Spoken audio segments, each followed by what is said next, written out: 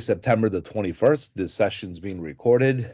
This is the third week we're entering into the semester, into the module for digital imaging, Adobe Photoshop, of course. I just greeted my students, and by now we've confirmed that the same link works that we used for last week, so we don't have to generate a new Teams link every time we do a class, which is more practical, I guess. You can also mention it to your peers if some of you maybe are waiting for a new link from me to send for whatever reason. I did mention this last week also. Just click on the same link going forward for the remaining of the semester. So it's the virtual class link, so that'll take us right to this classroom here. As you can see, I have some hidden modules I have to make visible for you. So now you can see module number 3. If I click on student preview, I can see the exact same thing.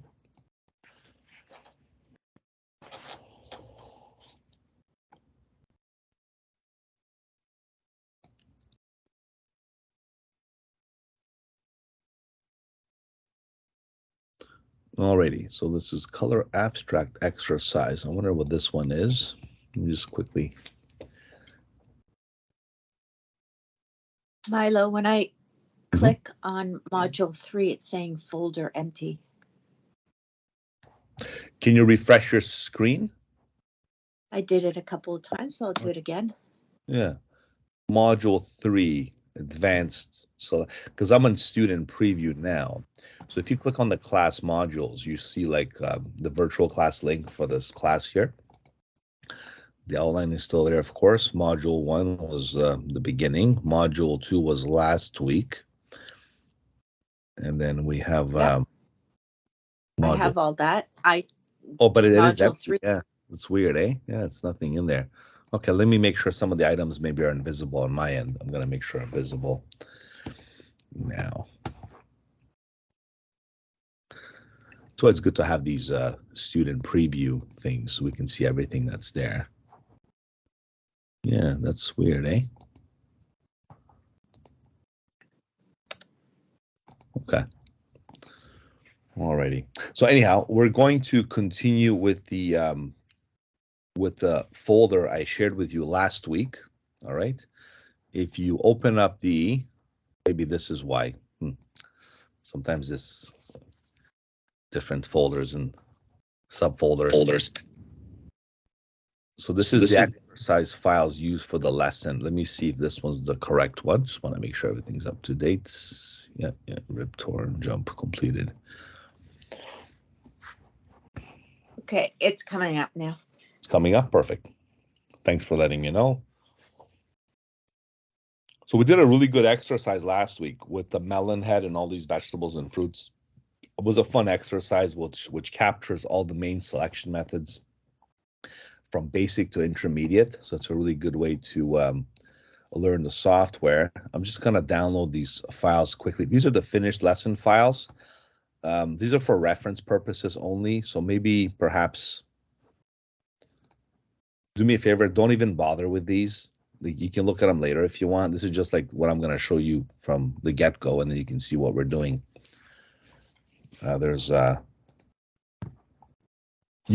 You can access all these lesson files that we're doing. Okay, later on we'll populate this area, so this is just kind of like a reference point for us. What I'd rather you do, I'd rather you go to the resources tab on the bottom here. Let me go to student preview again. Some of the same page as you guys. So resources, and let me just make class modules. So class 3 is visible, right? So these are the exercise files used in the lesson, okay? But the resources are right here. So if you'd like to just make sure, you should have this from last week. You have the layers and selections. So this is the one you want to have available. I'm just going to click on it again, just for the sake of having it there. And we're under the selections module here for the files. So you can download both if you wish, because we're going to use the layers one probably starting next week. So the selections one for now, if you could just download that, that'll be great. All right, but I have this all saved under my week 3 folder. So if I go to my class here, this is where we left off last week. So we did the whole select start lesson, and this is the steps that we followed to accomplish this nice composition of the melon head. We call it. We used to call it the Mr. Potato, and that's called the melon head. So we're gonna go to class number 3 now. So the same, if you extract that same folder that's called selections, you will get, if you open the selections folder, you'll get L1, L2, L3, and L4. There'll be 4 lessons in there. Just so I don't confuse you all with all these things, I'm gonna just download it again to show you, okay? I'm just gonna download it one more time, so just do it now again, doesn't matter. You can delete the previous folder if you wish. You just want to keep the melon exercise, the one you did with me for last week. Just keep that one.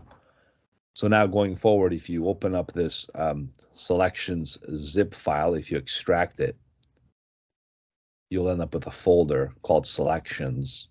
And these are the 4 lesson files in there. So the reason why I have 3 is because I already transferred the 1 for last week, and I kept the 3 for this week. So if you want to do it again, it doesn't make a difference. You have the 4. So this is the one we did last week, right? This is the whole exercise here. So today we're going to dive into L2, which is lesson 2, lesson 3, and lesson 4. Okay, so you do it this way, it's fine. We can just continue with the 3 folders that I have remaining. It's all good. So let's open up the L2 cutouts folder. So this one is a good way to know how to work with multiple files in Photoshop, how to properly optimize the files and work with them, change the views, and know how to edit the images and go back and forth. This is the handout for today's lesson. So we're going to open the file first. We're going to select the background layer. We're going to learn a very powerful technique called color range. All right, we're going to follow all these steps pretty much to the T if we can. I like to add my own little my own mix of things along the way, just to keep it more exciting and to teach you some other tricks as well. So we're going to use the quick mask mode today. I'm going to teach you how quick mask mode works. That's an advanced method that professionals use in Photoshop to make superb selections to accompany the intermediate level selections we learned last week. So it's a very powerful technique that we're going to learn today, how to make these selections going forward. And then we're going to amalgamate both images, take one to the other. We're going to use the brush tool. You don't have to follow these exact settings. You can if you want. You can customize your own size of the brush, the hardness, and all these other things. The main takeaway here is how to enter and exit or switch between quick mask mode and standard mode. And this is using the letter Q on the keyboard. So when you see something like this, Q on the E means Q on the keyboard. Okay. I hear a microphone in the background. So anybody have any questions?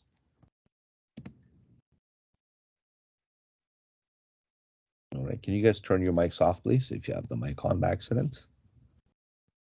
All right. Good.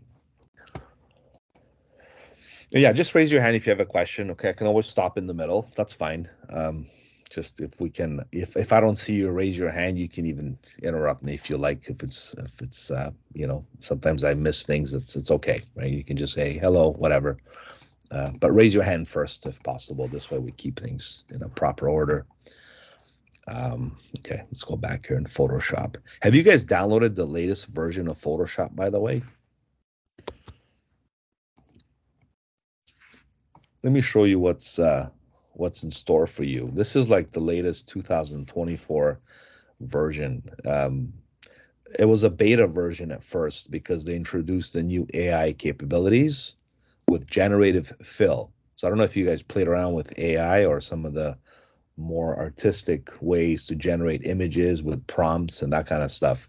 Well, now it's incorporated into Photoshop. So you can do some really, really cool things with this stuff. I can't wait to share with you some of the things that I looked at and I investigated on my own to see how this stuff works.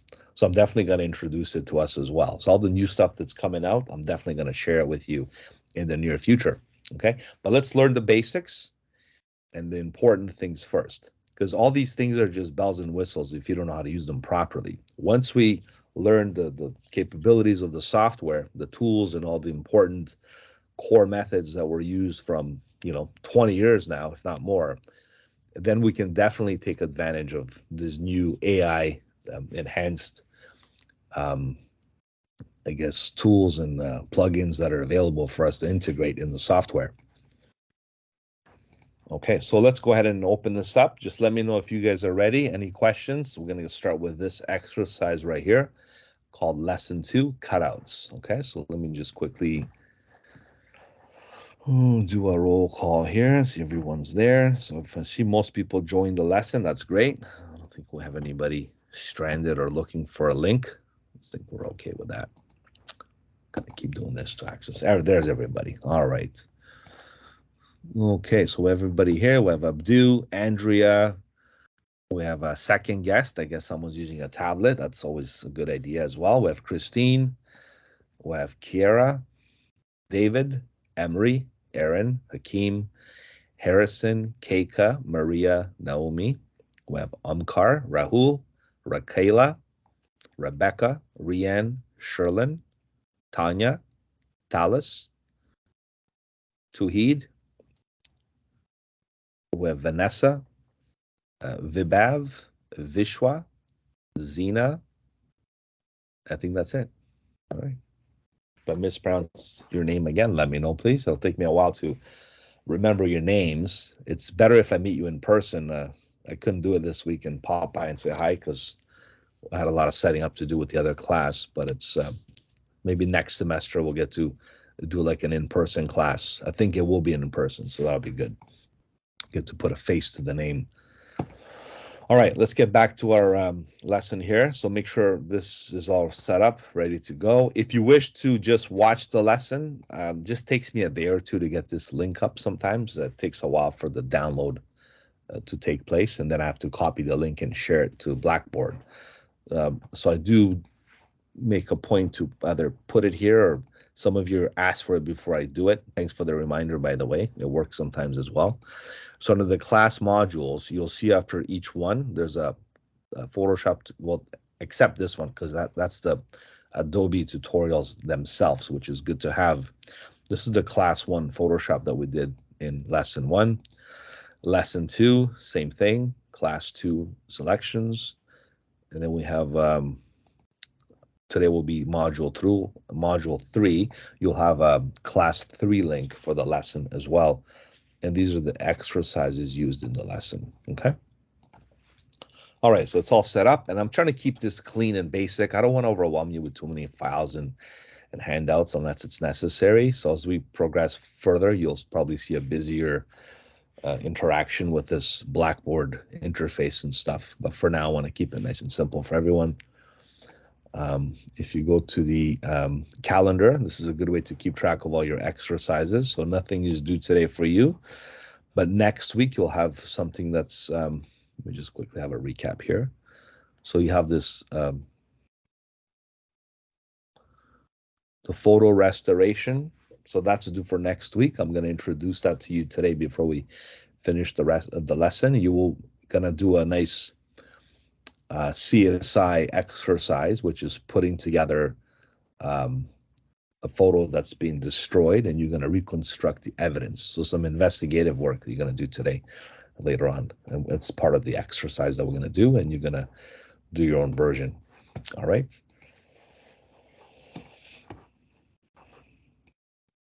I'm just going to exit student mode and go back to normal mode.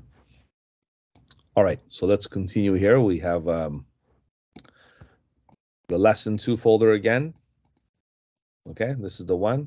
The lesson 3 folder, we're gonna do another little quick exercise on how to work with, see, these are the finished files, so rather you open the other ones that I'm gonna show you, but this is the, how to use the strategic scaling and cropping techniques. And this is the actual assignment or exercise that you're gonna do for next week for me. I'm giving you a week because I want you to practice these things. They're very important. So your job will be to put this photo back together the way it's supposed to look like. So all these ripped, torn edges will be all fixed. Okay, so that's something else that we're going to do for next week. All right. Okay, so let's go back to lesson number 2. Open that folder, and I want you to, this is the handout for this lesson going forward. Let's open up both of these images right into Photoshop. How would you do that? Well, they're both PSD file. I can tell by the extension. But if you shift select both files, and if you right click and open them with Photoshop, that's one quick way to do it. Another way to open the files in Photoshop is to directly open the file from the application. So you can just go File, Open from Photoshop and locate the files you want to open. This is the brand new splash banner. Looks kind of very creative, and it's got like the wildlife there from the jungle. Pretty nice to see all those animals and stuff. That's the new version of 2024. Let me see if it does it again. Oh, there we go. My Illustrator students are designing a, well, not Illustrator, it's like a web production program that we teach. They have a small part to learn Illustrator and Photoshop with me. Their job is to create a splash banner for the application. So it's funny, I was showing them all these different banners. When you open the program, you'll see it for like 2 seconds, the application splash banner, but you won't get it again. With Photoshop, there's a lot of Easter eggs and hidden things that the developers like to put in. So if you hold a shortcut like Command and you go to About Photoshop, maybe they took it out. Let me try Option. Try Control. Wow, they really took it out. All right. But if you click on the artwork that was there previous, you will see this was the splash banner that was obviously done in Photoshop that they picked for this year's winner. So every year, I guess they pick a new student or a professional that designs a banner for the program. So this was the winner that they chose for the splash banner for 2024. And there's other, I guess, similar designs that this particular, I guess, Zhao Kunicho did all these nice looking Photoshop montages using various images and sources and stuff. You'll be doing similar things like this in no time. So once we progress through halfway through the semester, when it comes to the, as we mentioned earlier, one of your collaborate assignments that you have to do, you will do similar things, maybe not as creative perhaps. You might keep it more commercial if it's an ad or something, but nonetheless, you have the option to keep it as, creative as possible if needed. So this is how you can find these splash banners from these programs. Okay, let's get back to our program here. So we have 2 images open simultaneously in Photoshop. Like as I mentioned earlier, you can select them both and just open them in Photoshop, or just go File, Open, and you can open the files this way in Photoshop as well. So if I go to the desktop, right, and if I look for the folder here, 2023, and if I go to my Photoshop folder, there's my class 3 folder, and I can open up the files this way as well. This is longer because you have to kind of locate them from the root structure of the computer. Another quick way, if you're using a Mac or a PC, the Mac is if you click here, you can see your path or root directory where the files are. So you can see this folder, which is L2 cutouts, is located under class 3. Class 3 is located under the Photoshop folder, and the Photoshop folder is in my Humber Fall 2023 folder, and that resides in the desktop. So this is a good way to keep track of where your stuff is, just in case you lose your files, or sometimes your file management skills aren't up to date. You can keep track of this. I can't emphasize how important your file management skills are in all this stuff, because if you can't locate your files, then your work that you're doing is basically not going to work, right? So you have to make sure your file management is on par. Okay. Okay, so now that you know how to manage your files properly, open the files in Photoshop, let's see how to integrate both files together. Here we have an image of the person doing some extreme sports. I guess they're doing the dirt bike stunts. Neil, I had a quick question. Sorry to bother Yeah, you. sure. I'm unable to find these files. Are they in Blackboard? Yes, they are. So if you let me just quickly navigate you through one more time. Did you download the files from last week? Remember the melon head? Yeah. Okay, so it's in the same folder basically, but it's under L2. That was L1. This one Okay. is under L2. So the same zip content that was there, Hmm. but it's under L2. Okay. Thank you. Did you find it now? Yeah, I'm trying to locate it. Just a sec. And again, if you let's just say you lost it, deleted it, misplaced it, watch this. If you go to resources, you got to go to my class first, GDPW 112. Go under resources down here. And if you download layers and selections, okay? So it's under the selections folder. There'll be two folders here that are zipped together, layers and selections, as I kind of wrote them out here. So open the selections extracted folder, and it's under L2, which is lesson 2. Okay, All right. Thank you so much. you're welcome. Okay, so that's for everybody else in case you missed that one as well. So here we have a background of looks like a construction site with all this different machinery and sand and stuff, looks like the dunes. And then we have a picture of the cutouts, which is the bike and the stuntsman. Okay, so what we're gonna have now is our job is to take this image and implement it over here, so make it look like the the stuntman is doing his thing with the extreme sports in this environment over here. So how do we merge documents in this case, and how, not just that, how to utilize the selection methods that we learned from last week and basically inherit those techniques and use them in this particular exercise. So one way is from what we learned last week is remember we used like the lasso tool, the polygonal lasso tool. We use some of these rectangular elliptical marquee tools. Do you think they can help us in this case? Yes or no? What do you think? Can we use the lasso tool to select this or no? Or some of these other ones, the rectangular marquee? No, we'll be doing that forever. Absolutely. So that's a clear answer for no. Far as the intermediate tools, like the magic wand might help in this case. Object or quick selection tool will definitely work. But I want to stick to the exercise of the way this is worked. So let's all stick to let's just do this because I can do this with the magic wand. So you click on the background, I can hold shift, right? And keep holding shift and then basically do like inverse, like you can do stuff like that. Another way you can select it from last week's learning is using the quick selection tool. Remember this one?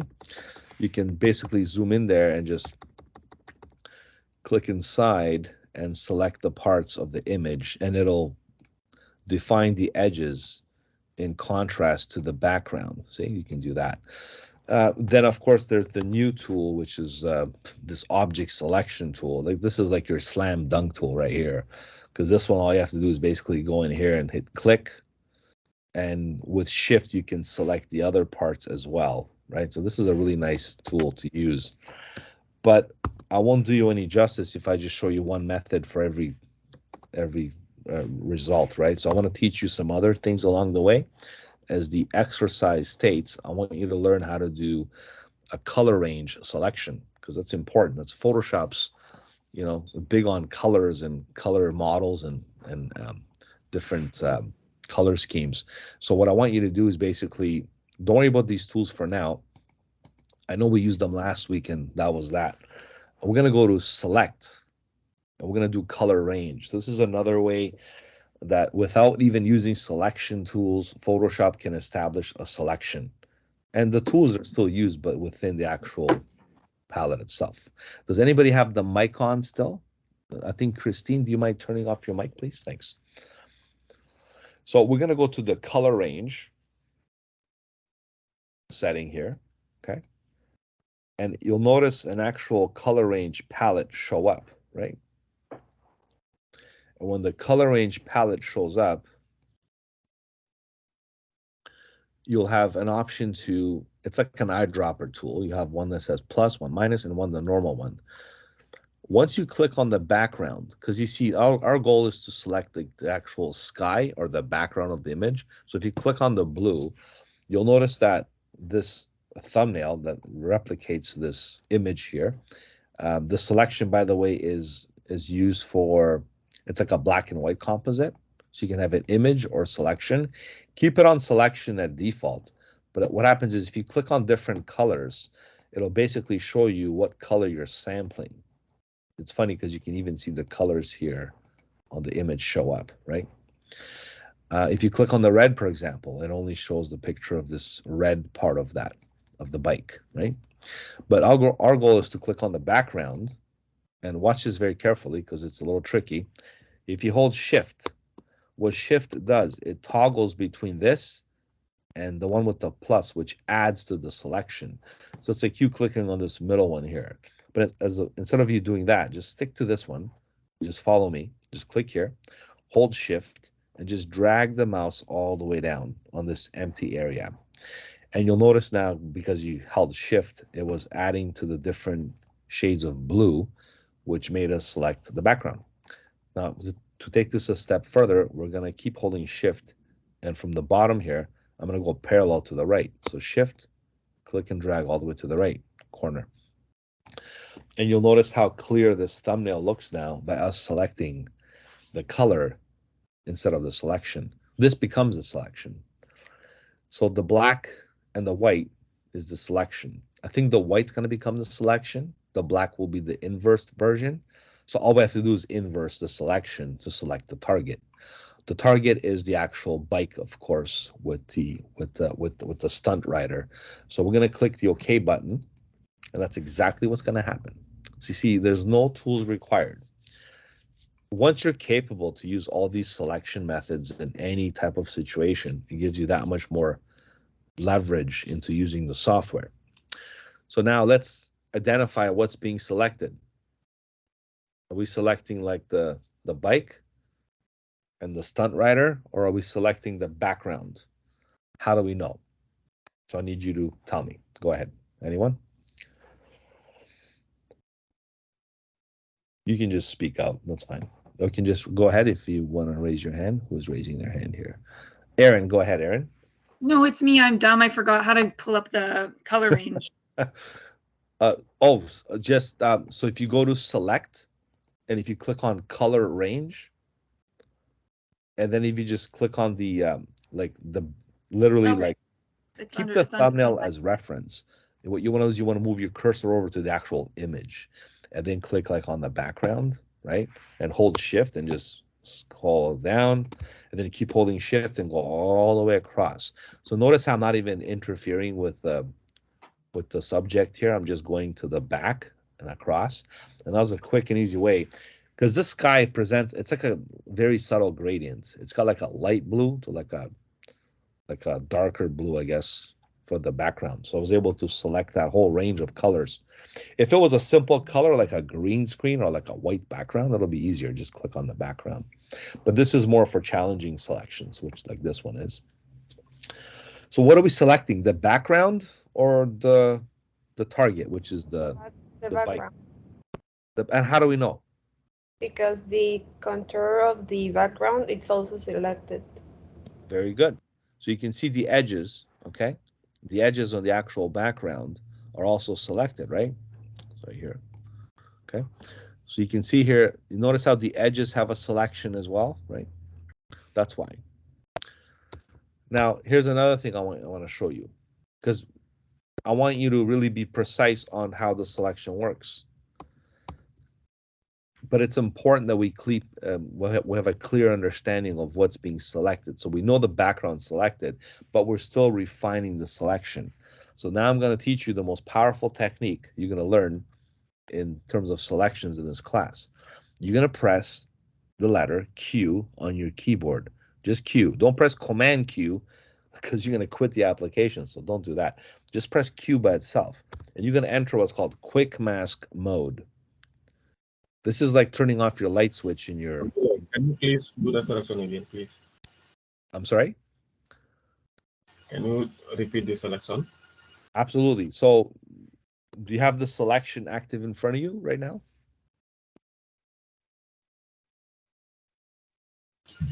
Yeah. Okay. Once the selection's active, press the letter Q. Q for quit, but we're not going to quit, obviously. When you press Q, you're going to enter what's called quick mask mode. See, I can press it again and again. It's like a switch, like a light switch in your house. Like you have a light switch, right? On and off, on and off. This gives us really clear representation of what's being selected in a paint method. The paint method by default is a 50% red. I don't know why they chose red. It was there since I first used Photoshop in the late 90s. It's still red for some reason. You can change the default color because how about if we're selecting red apples? Well, that'll really conflict with what we see, what we don't see. So you can change the default red. So Q again switches between standard mode or selection mode, quick mask mode, standard mode, selection mode. Now let me teach you how to change this red color, because if you double click this little button here that you see, this is, instead of pressing Q, this little button here on the right, look at my cursor here, right over here where the tools are. If you click there, it's the same thing as pressing the letter Q, okay? So if you double click, then the quick mask option comes out.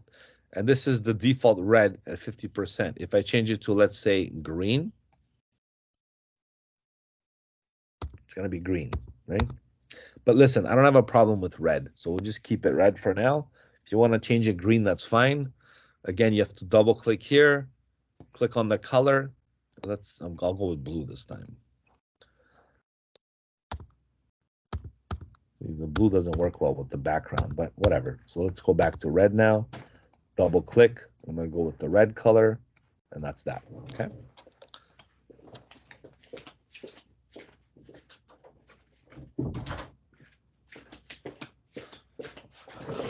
All right. So everybody's okay so far with the quick mask? This is like really important. So I want to make sure everybody gets this. So if you have any problems at this point, I have a question. Go ahead. So, Milo, when I'm trying to do this, I have the background in red, but I do not have the selection in red. Why is it that?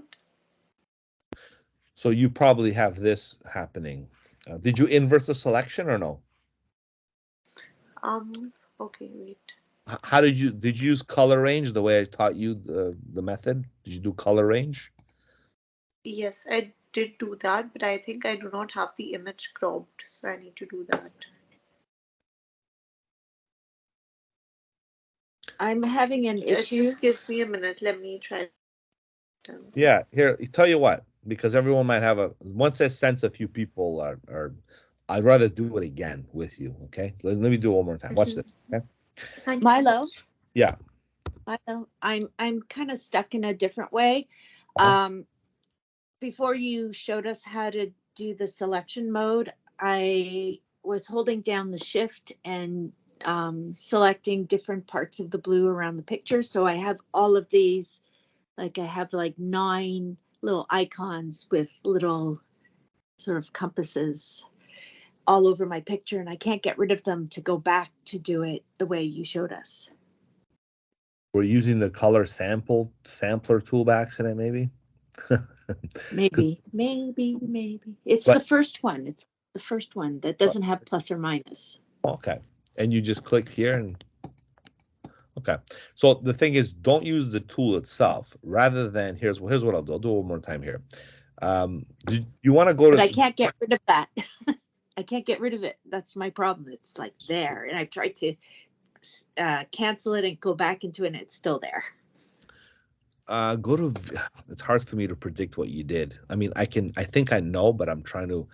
If you go to show, oh man, where's this thing here now? I think it's the sampler little colors, because I'm assuming you did this, and this is good for your You can do color sampler tool. You can do, is this what you Yeah, have? yes, that's what I have. So the only way to do that is with this tool here, the color sampler tool, because you can sample different RGB values, right? And to get rid of them, you have to like right click, delete. It's a little tedious, but or you might, Okay. I think there's an easier way. You can just go here and go clear all or something. There's got to be a clear all button. Delete, delete, delete, delete. I'm sure it's there. I just can't remember right now the shortcut, but there's a way to like delete all of them. But go ahead, just delete one by one. That's fine. It's not a big deal. Can you, does But that I'm work? not getting no, I'm not getting the delete. I'm Oh, you're not right getting clicking and I get point sample. Huh. It starts with point sample. Okay. Let me just see here.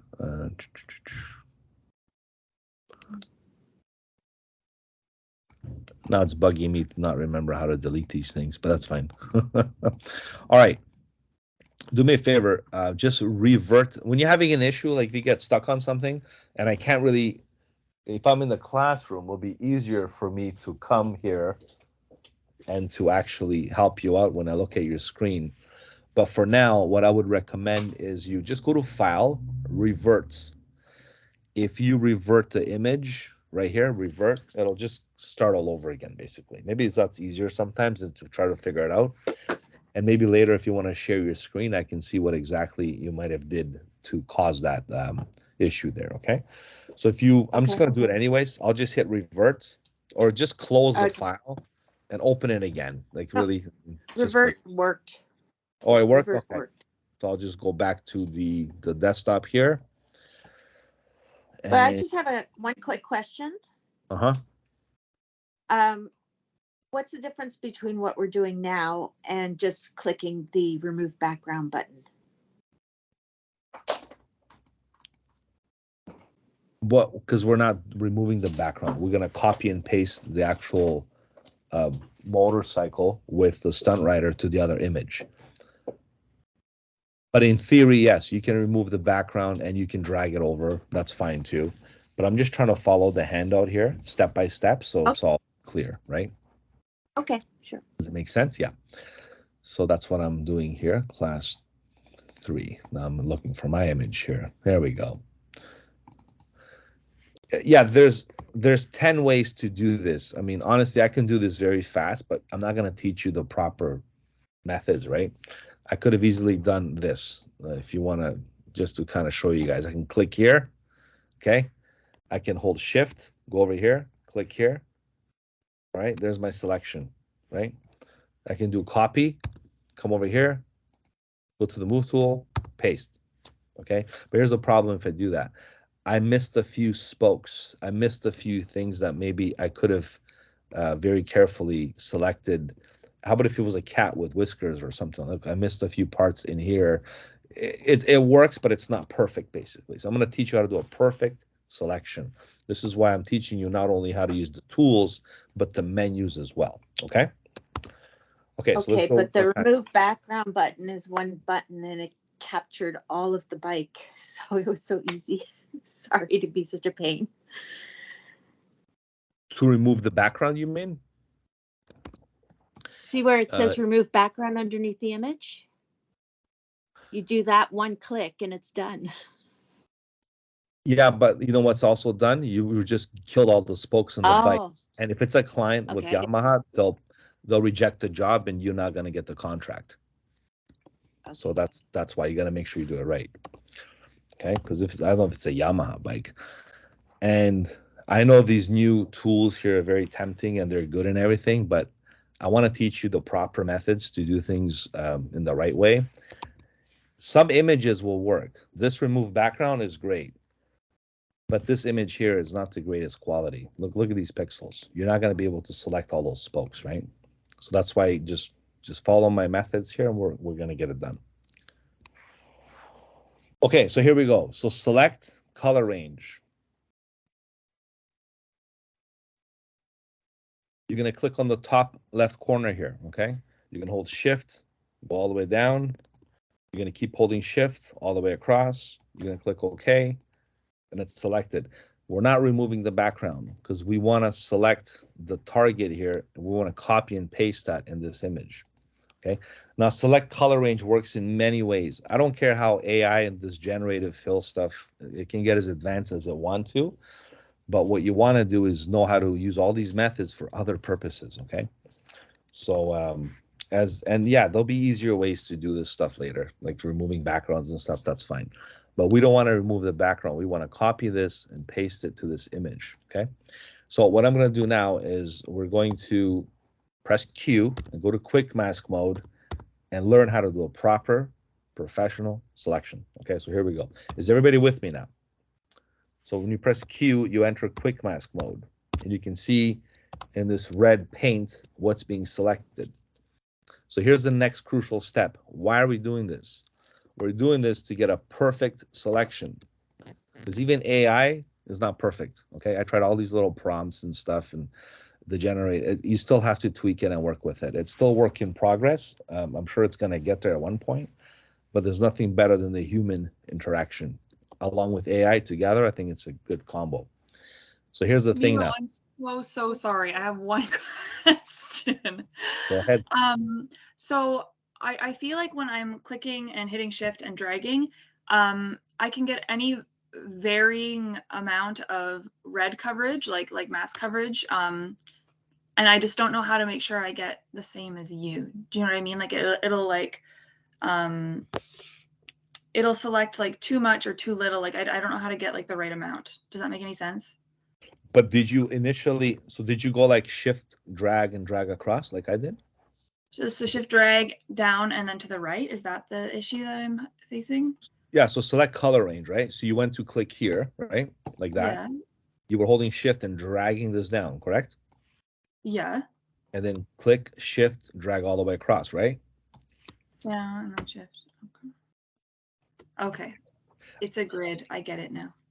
Yeah, I guess it's like invisible grid. Actually, it does look different. It does look different. Like yours is fully blacked out. Yeah, well, it's white. The background's white and this is black. Yeah. Yeah, mine's like a sketchy version of that, if you know what I mean. Huh. That's weird. Okay. Do you want to share your screen quickly so I can see it? Sure. Try it out. Let me just remember how the heck to do that. Oh, yep, I'm doing it. I'm doing it. Let's say share button. Window or tab. Is it happy? What? Right over here. Share button. Tanya, do you have a question as well? Who's speaking right now? Tanya, who's speaking right now? No, I had it before. I have, I got your sister. No problem. All right. You sorted. Okay. Do you know what it is? It's that I have like two screens up and now I'm bamboozled. Right. Hang on. I can do this. I'm an independent woman. I'm so stressed now. I'm sorry, everyone. Pressure. Okay. How about this? What are you gonna say? Are you looking at my screen now? Can you see my screen? Here, I'm gonna full screen this. See up here, if you go to Microsoft Teams, like the actual, run it from the application rather than the browser. This way you can access these tools easier. Okay, I figured it out. I'm gonna do it. The whole thing, the whole entire thing. Yep, that's the one. That's the one, yeah. Let's see, share the screen. Okay. Hello, here I am. How is it working? Oh, all right, there we go. Perfect. All right, behold. Look at this. Hold on. So why in the crop tool? I'm just noticing that first thing. What? Yeah. The crop tool. That's okay. Doesn't matter what tool you're in. Keep going though. Let me not stop you. Go ahead. Select. All right. We're select here, and we're in the color range. Yes. Range. I'm gonna do a shift, and I'm gonna drag it down. Okay, but because I think you did it too many times, it looks washed up right now. So here's what you do: click on the black on the screen. Like click anywhere, away from that. Click there. There you go. Now click on the blue, top left corner of the blue. Yeah, and hold it down. My click. Hold shift and drag all the way vertically down. That grid that you mentioned. Go all the way. Stop there. Okay, try not to catch the black. You're catching the black, I think. That's what's causing the issue. Because the tires are black. There's a lot of shadows in the image. So you got to be careful on how you orchestrate this, right? So the trick is to click on the blue only catch the blue. So like, So when you're saying, sorry, when you're saying click and then shift and then drag, is it like, do I hold down the click, then hit shift, then drag? Or do I click and then release and then hit shift and then click drag? I'm confused. are you using a mouse? I sure am. Oh, thank God. Okay, good. Because the trackpad is another issue by itself. Everybody use a mouse, please. Okay. And I told this to my other students. The mouse is so much easier because look, you're going to end up holding Option, Shift, Command, drag, right click. No way you're going to do it on your trackpad. You're going to like disform your hands. So use a mouse. Keep your left hand, your right handed, left hand, doesn't matter. Use a mouse. It's so much easier. So yes, let's just answer your question there. So click on the top left corner of the blue of the image. Okay. I have clicked it. You don't have to go too close to the edge. Slightly inside is good. Yeah, they're perfect. There. Now hold shift.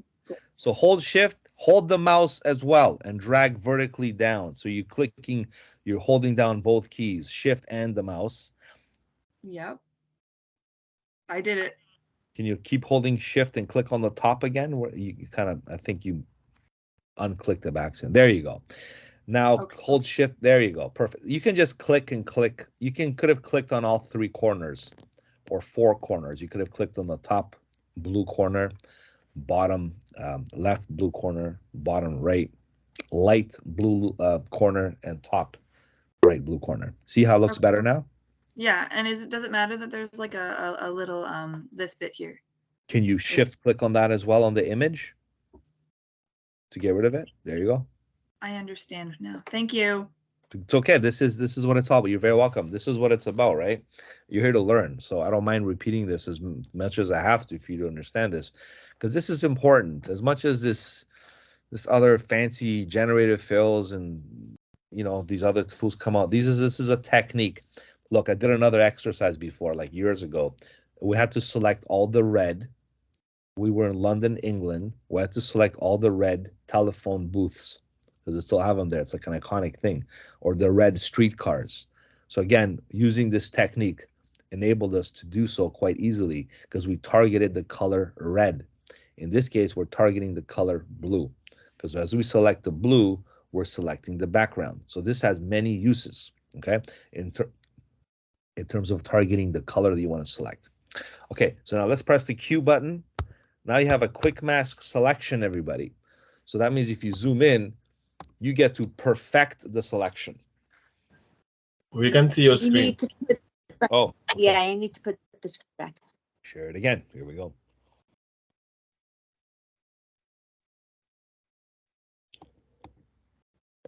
So if you press Q, it's a switch to switch between selection mode and quick mask mode. Selection mode, quick mask mode. Once you're in quick mask mode, this is where a lot of Photoshop professionals love this, including myself. It's one of my favorite modes. Apart from all these other new bells and whistles that are going to come out, this is still the ultimate method of controlling your selection. Why? Because look, if I zoom closely, remember, I think one of you were showing me you're removing the background. Well, it removed also the spokes. If your cat had whiskers, it'll burn those too. So how do you select everything? So you got to go to a brush tool. So press B for brush, everybody. The brush tool. Okay, and you can use let me turn off my caps lock here. You can make the brush tool nice and big. I think it's too big. That's why I can't see it. Up here, this is the size. 1800 pixels was obviously too big. Bring it down to like maybe 2 pixels. 2 pixel size. Hardness 90.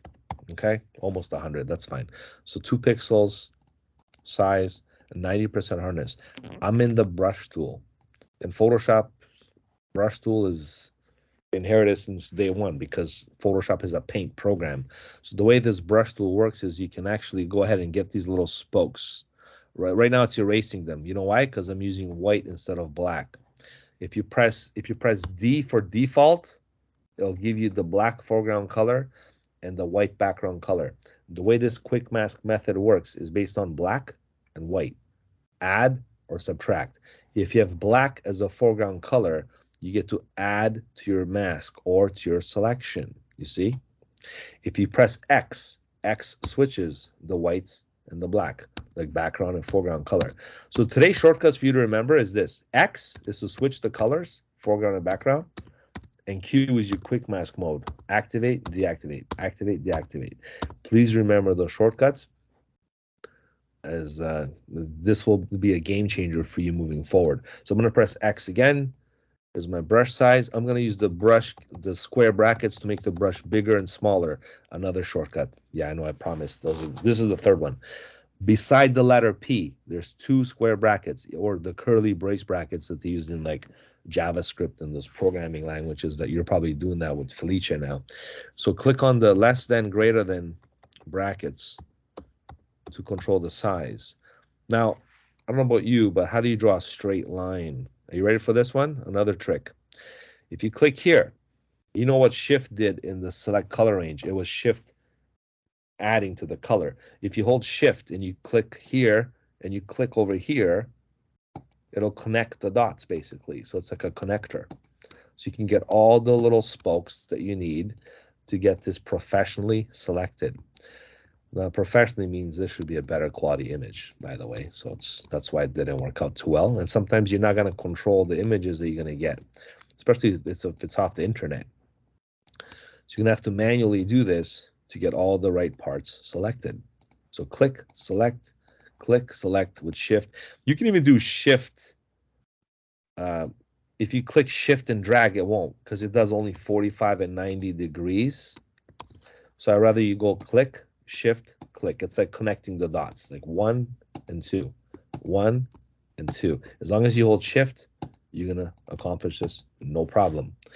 And now not only you learn how to do a very intricate technique of getting all the pixels that you want, but also how to keep straight lines and geometrical type of selections when it comes to geometry and straight lines. Look at this one. This one's missing a lot of important parts here. Is my computer frozen now? Doing too many things at once here. Okay.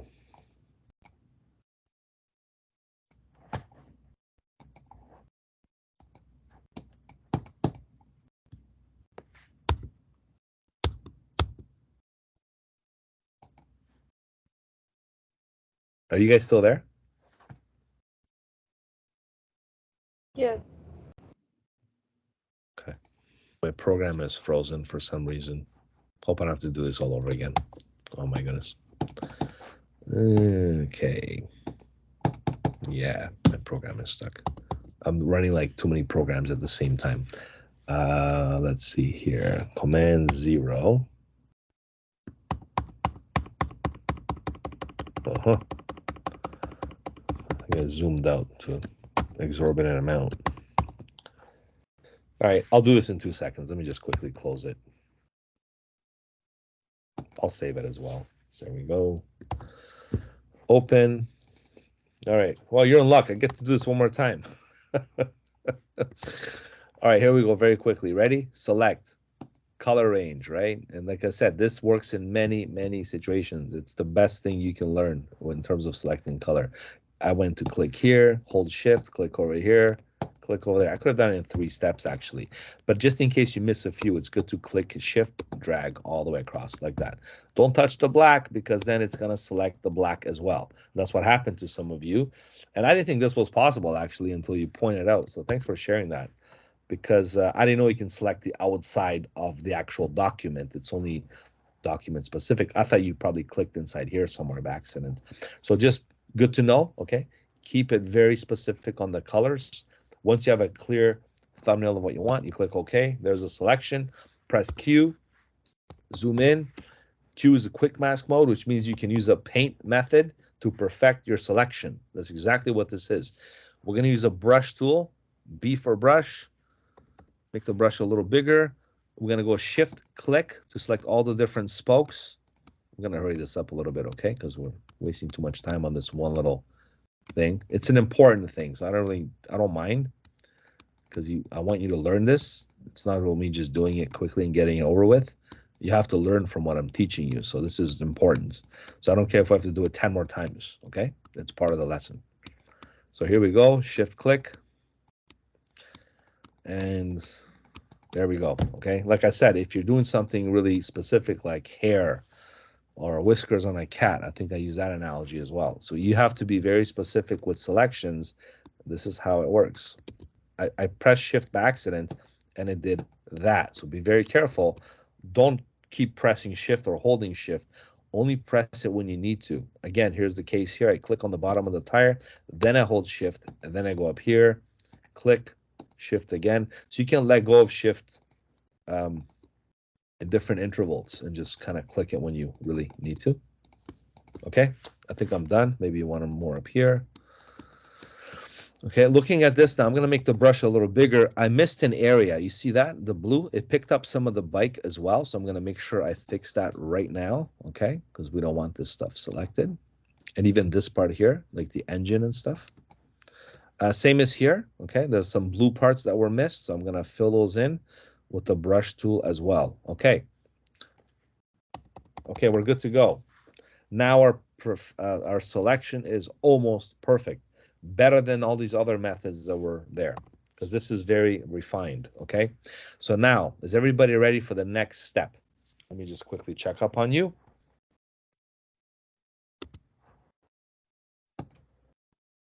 Everybody okay? Yeah, I was careful not to select anything outside of the box, and it's not selecting the black, so I'm having to kind of fill it all in. But you don't want to select the black though, right? Oh, you mean the quick mask? No, I get it. Yeah. no, That's I mean, yeah, on the bike, I mean. right. It's not selecting a lot of the parts of the bike, so it doesn't look as red as yours. Right. So, okay, hold on a second then. Hold on. So look at your, okay, so are you using the brush tool, correct? Yeah, now I'm trying to fill it in with the brush. Okay, but is your opacity like maybe at 50? Because if it's at 40%, you're going to be doing this all day, basically. Make sure it's 100%. I don't know why it would be less than that, but 100% is what you want your brush to be. And let's just say, look at this, everyone. Let's just say I mess up like I did right now. If I press X, which I bring the white on top of the black foreground color, I can then fix my mistake. I can then erase what I don't want. See, this is a really corrective measure to fix your selection. There's nothing better than this method right here to make a perfect selection, because you control every little pixel on your screen. I remember we had a client once who had to do a jewelry catalog, and you can see how all these gold chains and necklaces and diamonds, we had to literally get in there and select every little pixel. And this was the only method that was that intricate and precise for us to do so. Okay, so again, if you press X, you get to take away, let's say I don't want the helmet to select it. There we go. Press X again, paint the helmet. But make sure this is 100%. It's flowing at 100%, even the opacity, because if it's not, you might just have a harder time filling this in faster. So hope that wasn't the case with you, Aaron, or Christine. Sorry, I think it was Christine there. So is everybody else okay now?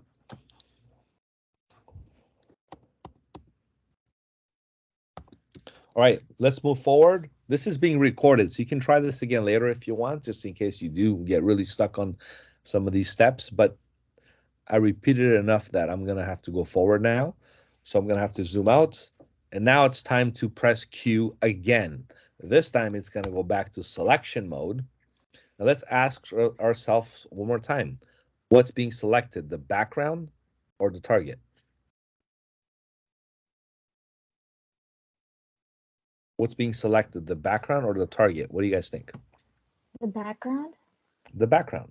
How come when I pressed Q, I was focusing on the red and the target? Well, that's just how it works. So some tutorials you'll see on the internet, they'll probably do the opposite. Just to avoid the background, they're going to fill the background instead of the bike. But you see how much work that might be? Do you know how much work would it be more work for me to select everything else but the target, just to avoid inversing the selection? What I'm trying to say is keep it simple, do the target, and when you press quick mask mode, all you have to do then is just go select inverse. So please remember this shortcut, inverse selection, because that'll select the target which is what we painted red earlier with the quick mask. So this is just how the steps work. Once you understand this method and you use it, more than once, you're going to be more familiar with it. It's a really, really good way to make selections. So now we selected inverse. Now we clearly see that the background is not selected, but the target is, which is the background. Now we can do Command C or Control C on the PC. So copy, click on the other image here, go to the Move tool. Before you paste, you have to be in the Move tool, and then press Command or Control V. And there's your finished product, basically. How to bring one image inside another. Now, we could have kept this simple. Could have went copy and paste and use these other methods. But I'm trying to stick to the handout here to teach you these other methods because, I want to show you all the proper ways to do things. So we just did all this that was presented to you in the handout, which is selecting the proper way with colors and using different modes. Because the more you understand the program, the more you're going to be capable of doing anything that you possibly want. All right, so I think we did everything here. Any questions so far? So now we did this to open the jump PSD, okay, and then just copy and paste. We pretty much did all this, all right? Use it as reference, that's fine, but this is exactly what the objective was, to copy and paste this in here. Now let me show you something else, because you could have also, I know some of you were saying remove the background, and I don't want to take away from that, because I do want everybody to have their own ideas, opinions, and approaches. That's fine.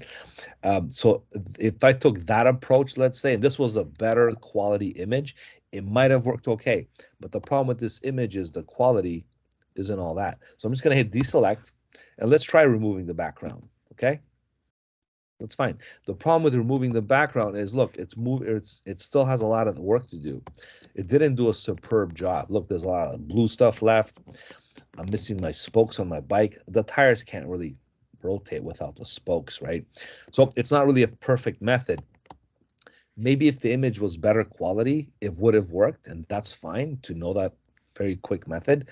But then how would you bring this over there, right? How do I bring this over there? And removing the background basically made this into like a clipping mask or something. So how do you move this in here, right? I guess in traditional sense, if I showed you Photoshop 10 years ago, you might have had these windows separated or side by side. Let me show you this, because you have to know how to maneuver. So I'm going to pull this tab down like this. See? So that means this is floating right now. I'm going to press Command minus. This is a floating window. This is Photoshop back in the day. There was no docked palettes, as they call them. And this is the other one. I'm going to drag this out as well. So I have two floating images. To put them back, you drag it like this. You wait till it turns blue, and then you just snap it in place. And under window, you can catch all the other documents that are gone or invisible. So you can just click on this one, and it'll pop up. So be careful, because this is not really recommended, because it might just mess up your environment. So I'm just showing you this to show you in conjunction with, I think it was, I forgot who it was that mentioned the erase the background. Then you have to literally drag this in here, okay? And that works. Then you have the bike done as well. But as I mentioned earlier, the selection that we did is far more superior than that one, because we really took special care in terms of, getting everything and the spokes and everything else. So it's a better method overall in terms of comparison. Sometimes the quick methods work okay with different scenarios, but if you want to do a proper professional job, learn these techniques, and then you can do more thorough type of execution. Okay. All right, any questions so far? One more thing, we're gonna hit Command or Control T. Remember this, we can actually make this bigger and smaller, okay? We can also rotate it and stuff and do some cool stuff with this, right?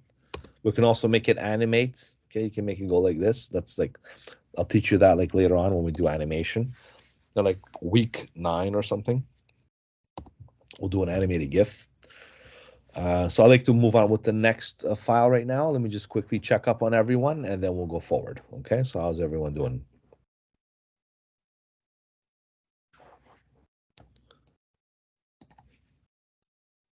All right, go ahead, Vishwa. Can you please do that step again from like the select inverse and how you took the image to the other, like on top of other image?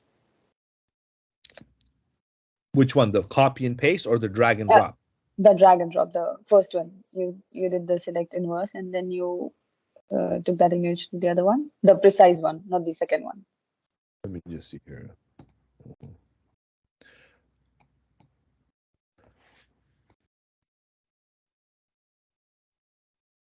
I think I have to, let me just open it again quickly here. Cut out.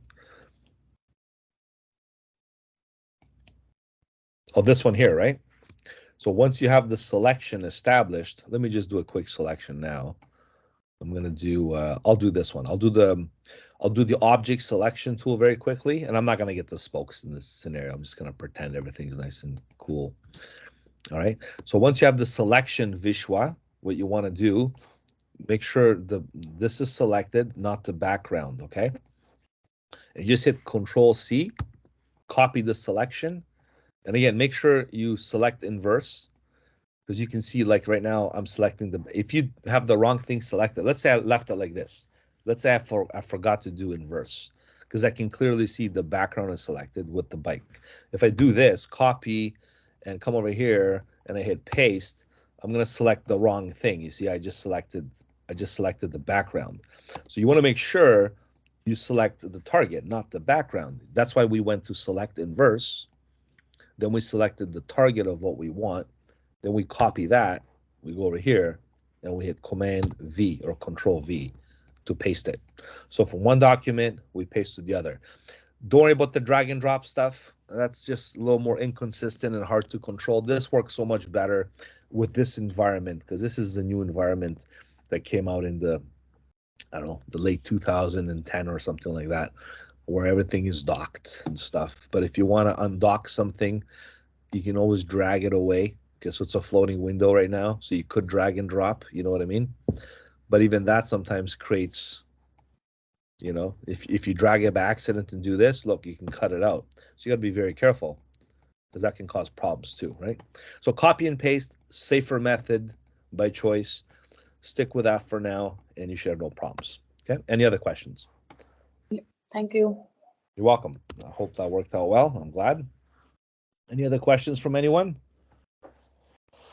Alrighty, perfect. So let's move on to the next exercise now. We're gonna put this one away. Want to save it? Go ahead, do a save as, and call it maybe.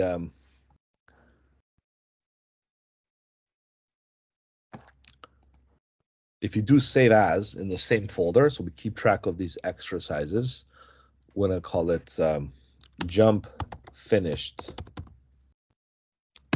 version. Okay, so you can compare the previous versions, and you can practice this again. It's a good way to understand how this works. I mean, doing it once is one thing, but repeating it over and over again is another. So that's how you really learn it.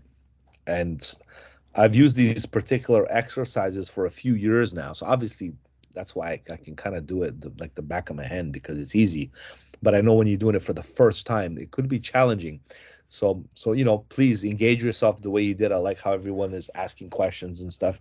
This is what we're here to do, especially when I'm teaching you online. I mean, we're doing this from home, so it's a little more challenging than me being in the classroom and pointing on your screen and figuring things out.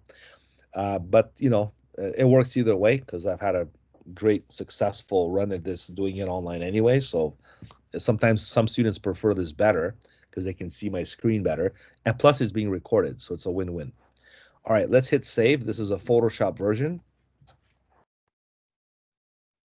And we're going to move on to the next one. So simply just close this file down.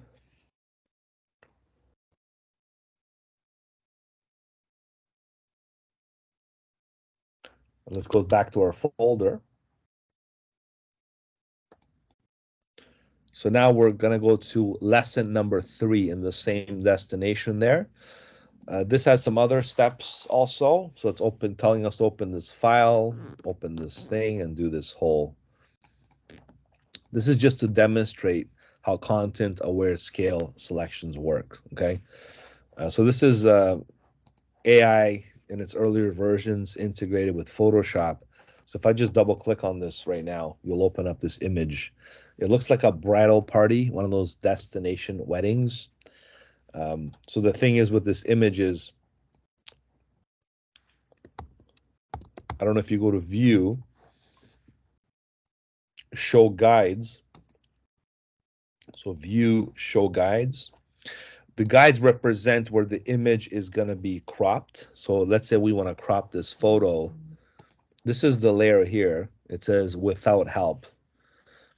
Okay. The way this works is if you press, let's say Command T or edit free transform, and if you hold Shift, I think you have to hold Shift on your version. And if you do this, right, what happens to the photo? Basically, if you resize photos, what's the problem with this method? Obviously, it's distorted. A lot of the people look kind of stretched and tall and stuff. So it doesn't really work really well, this method. And it's not recommended, obviously. You don't just do that. And it's amazing how much I see this even today on the internet. You see some of these websites or some of these posts that I get, people stretch images all kinds just so they can fit it within a certain size criteria or something. So there's a better way of doing this for, exporting images, and whether you're doing a website or something in that regard, just handling images in general. So what you want to do in this case, everybody, is you're going to go to edit, okay? And you're going to go to the option where it says content aware scale. Okay, so content aware scale is what you want to do in this case. And how that works is you got to hold shift.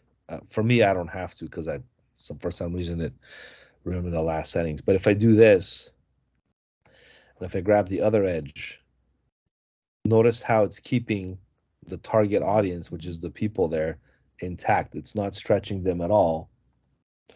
However, the background got distorted. Looks like there's a tsunami in the background, but the purpose is to keep the target, the AI understands what's there, and it's not really distorting the people in the image. It's quite amazing, but it's not perfect. It's not perfect because if you zoom in closely, you'll notice one of like her hand here is distorted. So as much as AI, and I don't know if you've done some image generation lately with people's hands, it's the worst thing. It still has a long way to go with putting fingers and hands on people and stuff. So it's not really perfect and it doesn't do a good job, but I'll show you how to correct this and how to do something better in the next example, which is the next layer. So this is just just a demonstration on how imperfect this is. It works, but it's not perfect. Sorry, I heard a mic in the background, so go ahead if you have a question. Yeah, I had a question. My content aware fill option is grayed out. Okay, so maybe make sure, and sorry, who am I talking to again? Who's this? Rebecca, Rebecca. right here. Oh, hi, Rebecca. So Rebecca, what you want to do is this. Make sure Rebecca, without help layer is selected.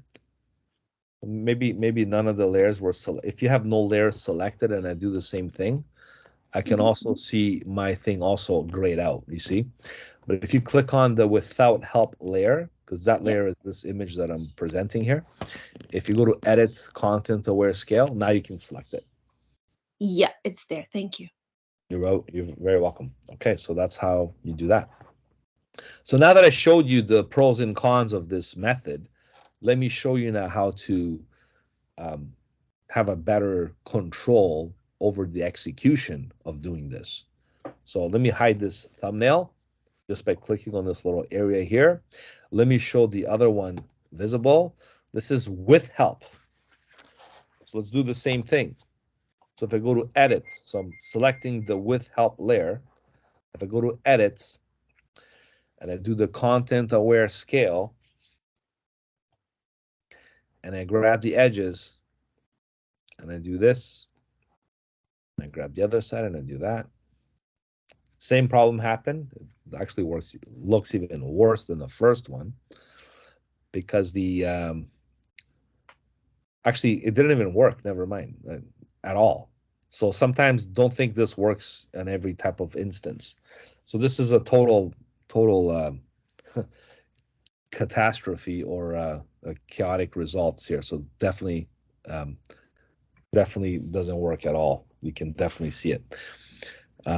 So what I'm going to do in this case is show you how to prevent this from happening and still get the same result. So I'm going to press escape. Escape means cancel my transform operation, okay?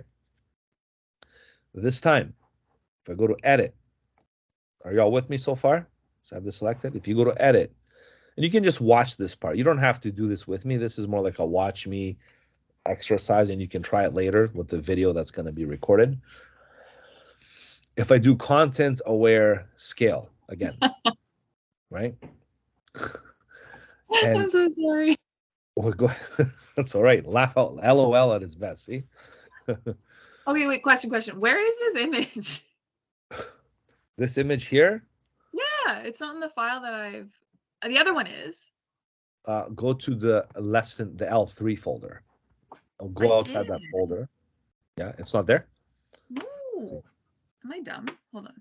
So class. I didn't see it first either. If you go in the layers and you have to turn the eyeball on to see it. Oh, the actual layer, not the file. Okay, never mind. So yeah. Oh so my God, I'm actually dumb. Okay, sorry. Continue.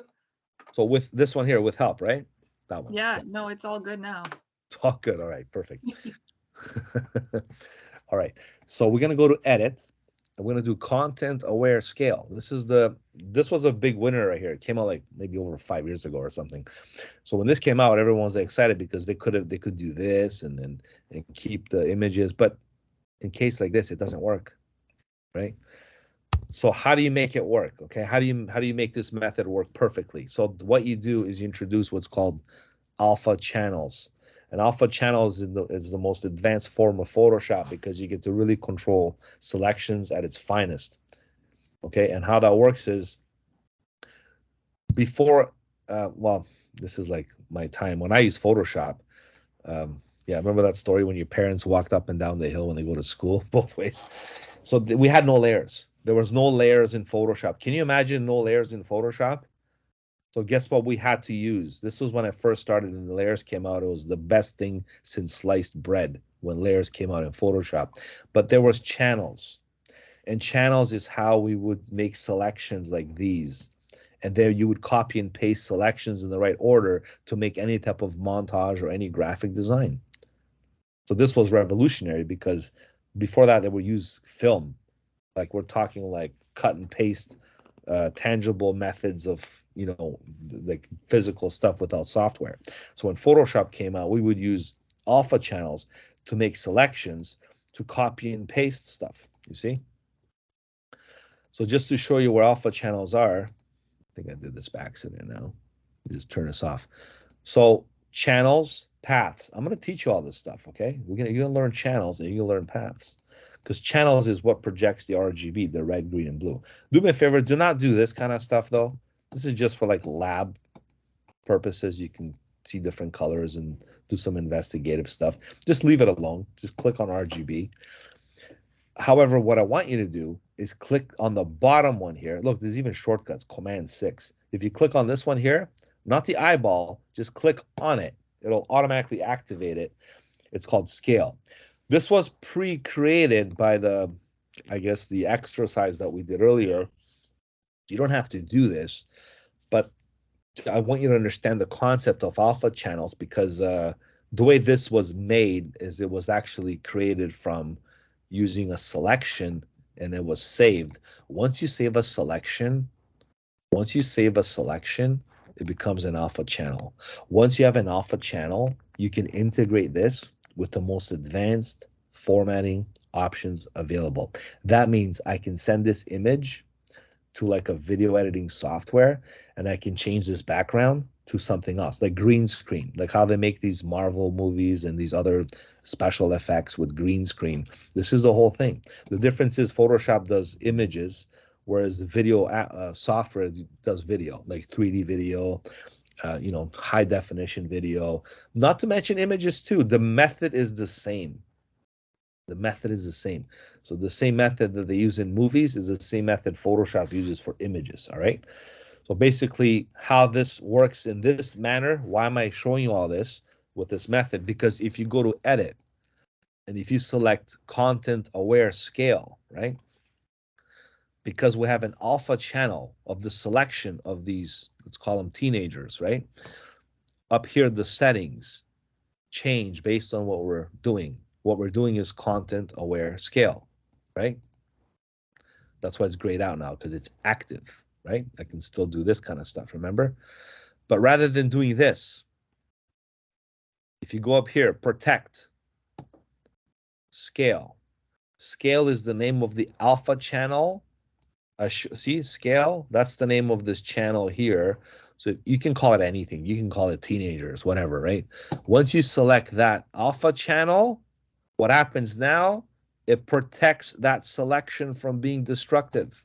So it's non-destructive. Look at that. See? So everything else is affected except the target. All because we have the protect alpha channel called scale enabled. And you can go like it's obviously has a limit, but to a reasonable amount, it'll work perfectly. And that's how you do that. Okay, now let me just quickly, you're gonna ask me, well, how did you make this alpha channel? How do you do this and stuff, right? So if I want to replicate the same result, let me hide this layer, show the other layer to this image, right? If I want to do the same thing, let me just go to File, Revert. You can do the same thing if you're messing around with it. If I want to protect, let's say, her hand, because remember how it was distorted, and that's what I gathered from doing the analysis. So what I'm going to do now is press, watch this. We just learned quick mask. Remember earlier with the bike? I'll just press Q right from the get-go. I'm not using any selection, nothing, just Q. Q. Notice how this is red. This has quick mask mode on it. Something tells me that I'm in quick mask mode. So you have to be kind of experienced and keep your eye out for it. If you press Q again, standard mode, look up here. It says quick mask. Standard mode, RGB, quick mask. So if you're in quick mask mode, you can go use the brush. And right from the get-go, you can go ahead and paint her hand to be an alpha channel to protect her hand from being squished when you do the content aware scale. So I'm just going to do this. To be honest with you, you can even do this. It'll still work, okay? Just to show you how powerful this technique is. So you can do the whole body, okay? It doesn't have to be the hand. You can just do that. You can do everything. Whatever parts you think might not work. Professionally, what I would do is spend 2 hours and bill the client 4 hours. So you spend 2 hours doing everybody just to make sure her hand doesn't distort. Maybe his foot's going to get distorted and whatever. So make sure you maybe paint everybody red, okay? Then you press Q. You inverse the selection. Remember inverse because it's selecting the background. So now her hand is protected. I'm just keeping this very simple as a demonstration. And to make this into an alpha channel, to put it here like we did earlier with the other example, you go to Select, Save Selection. This is how you make an alpha channel in Photoshop. And then you can use this for anything. I'll teach you some other advanced methods later in the future, how to incorporate stuff like this in InDesign, Illustrator, Adobe Premiere. We're not going to do video editing, but you could bring it into other software. And alpha channels embed themselves in the Photoshop file. So when you bring it into other programs, you control the selections based on alpha channels or paths. So it's pretty advanced stuff. So let me save the selection now. I'm going to call this her hand, okay? And click, it's a new channel, click OK. And just hit deselect, right? And look here now. See the channel? Her hand is saved as like a white, looks like a white blob just hanging up, but that'll work. So you don't have to know this now. This is just for you to kind of understand how alpha channels work. It's like a beginner lesson on content aware and alpha channels together. So if I go to edit, content aware, scale, and if I protect her hand, right? And then I do this and that. Press enter. And I zoom in. Her hand. Oh, look, the other part of the hand messed up. I guess I could have went a little higher. I was focusing on this so much I missed it. But yeah, there's parts that I could have got to fix, and look, her hand too. So, like I explained earlier, you would do the entire, let's call it the bridal party, and then do the execution afterwards. Okay. All right. So that's pretty much that there. Any questions before I move on to the next one? It's me. I have a question again. Oh, go ahead. When Sorry, I press Q, don't and then see. I want to do the brushy brush so that I can see the so I can select the thing I want to protect. When I press Q, I don't automatically have like that brush. It's like I don't know like how to activate the utensil that will do the opacity red thing. Do you know? Did you press Q for quick mask mode? I did do it. I pressed Q. I am in Q. And then B for brush, the paintbrush. What is happening? P for paintbrush. That's what I have to do. Oh, B for brush. B for brush. Dang it. Okay, I got it. Thank you. Because if you press P, what the heck is P? I don't know. I just heard P, but you said B, and it's a me problem. P is the pen tool. There we go. So when I said B for brush, you got to use the brush to make the red happen. Yeah. So like I can do it right now. Look, Q, quick mask mode, right? Q, and I'll press B for brush. And I can go ahead and start, painting. You see, whatever I want. Then I press Q, I make it a selection. Select inverse. Inverse is a selection. Then I can do whatever I want with this. Save it as an alpha channel, copy and paste, go to another image, do all these kind of things. Great. Thank you. Okay. And look, this is not Mickey Mouse stuff, okay? This is advanced stuff I'm teaching you now. So please speak out just like Aaron did and everybody else. If you have a question, this is how you learn. This is recorded as well. So if you watch it later, practice it. It's very, very important that you understand these intermediate advanced methods. And we're going to use this throughout the semester. So it's not like next week I'll teach you something. Well, I'm going to teach you new things all the time. But we're going to revisit these methods and use them in conjunction with other things. So it's always going to be a growing. Just like last week, we did the watermelon.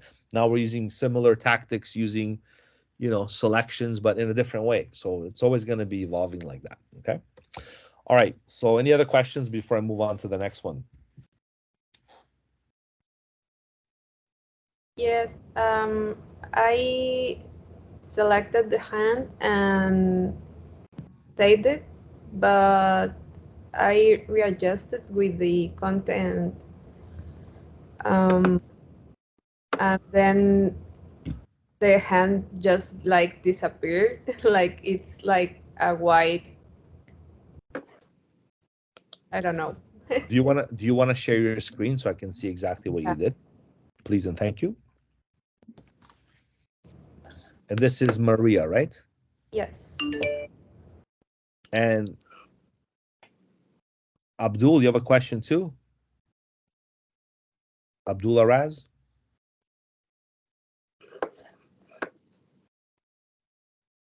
Let Maria go first because I already gave her the option to share the screen. And Abdul Araz, you can go next.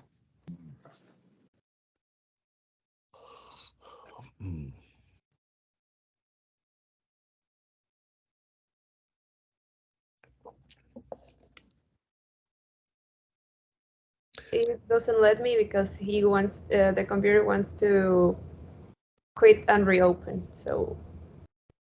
Oh, okay. So do you mind explaining again what's happening? Yeah, I selected the hand and okay. How did you select the hand? What method did you use? Press Q? Yep. And B with the brush, and you did this, right? Yes. Okay. And then you press Q again to make a selection? Yes. And you went select inverse to select only this part, right? I can see the screen, but I'm just guessing what you're. Oh, sorry. I kind of went hide and show there for a second. Oh, you can see my screen, right? Yeah. It's sharing my screen. Yeah, okay. And then you went to save selection, right? Yes. Okay, and when you save the selection, what happens is this. You can name it, and it's going to show up in the channels. You can see the hand, the scale, Yep. right? Yep. Are you telling me this looks like this instead of like this? You told me it was white instead of black, or something. Because I'm just inverting it, Command I. Because if that's the case, it's like an inverse selection. You can always inverse it back. It's not a big deal, right? Either way, it'll work. I just prefer this because it's more targeted. That's all. Yeah, but when I like readjusted the size of the photo with the With the content aware scale, yeah. yeah, and I resized it, the hand went just like white, like I used the eraser tool. It just like there's no hand anymore, and I just protected the hand. So But did you do the hand pre-protect? But why'd you use the eraser tool? no, it's I mean like it's not there anymore, like it just disappeared, and I protected the hand. So when you did this, it worked or no? It just didn't No, come out. I did that, but when I did that, just keep the computer said it was like loading, and the hand just like disappeared. Could have been a glitch, I think, Maria. Okay, Again. I'll do it Yeah, again. I would try it again. It'll be okay.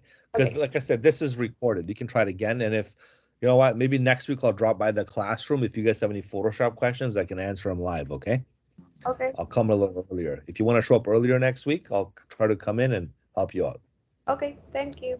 Okay, you're welcome. Any other questions?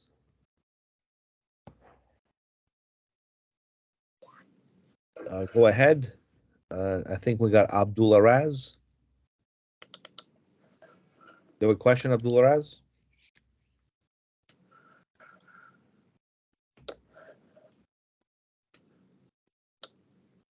No questions? Maybe your hands up.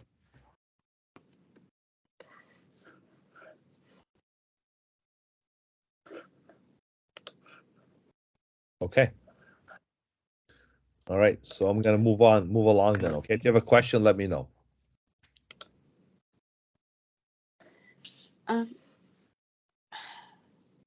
Yes, go ahead. I'm just wondering why you wouldn't use a crop tool in a picture like this opposed to doing it the way you're doing it. Because if the good question, I like the question. Here's why. Like, I mean, I hear you. I would use the crop tool as well. The thing is, I think the intention was to also not quit. My program just quit. Let me restart Photoshop for a second. It's to basically maintain as many pixels as necessary, or just to gather the most information as possible with losing a lot of information at the same time. So it's like if you have, let me just open this here.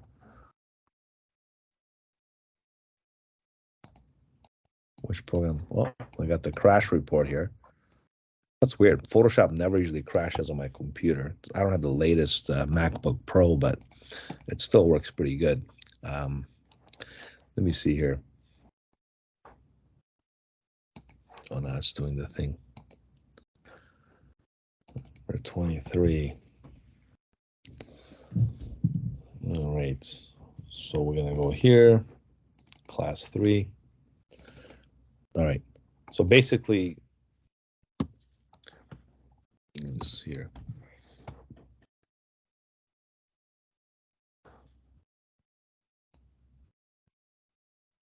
When you do this, you're also bringing together the party. See, kind of they're more united, right? Whereas if you would just do crop it, you're going to keep a distance between them. There's still a big gap over here, and they're still separated. And how about if, let's say, the picture was even more, you know what I mean? Let's just say it was like this. So it has many advantages if it's more exaggerated or less exaggerated. It has its benefits, basically, especially with people in backgrounds. Same as this one. If you if I was to crop this image, what's going to happen is this. I would basically, what the heck is this? Just hit clear, right? If I was to crop this picture here, right, what's happening is I'm cutting off half the body of that person on the right. Whereas if I use a strategic content aware crop or scale, right? So what happens is if you do the content aware scale in this case, right, you're not losing any parts, right? You know, do you follow me? If I protect, let's Yeah. say, where is this channel now? If I protect the scale, right? If I go to go to edit content aware scale, and I protect the alpha channel, look what's happening. See, it's keeping everything intact. You see that? That's the advantage over cropping. Because if I was to crop this, I'm going to lose all the, you know, half the body here and this and that.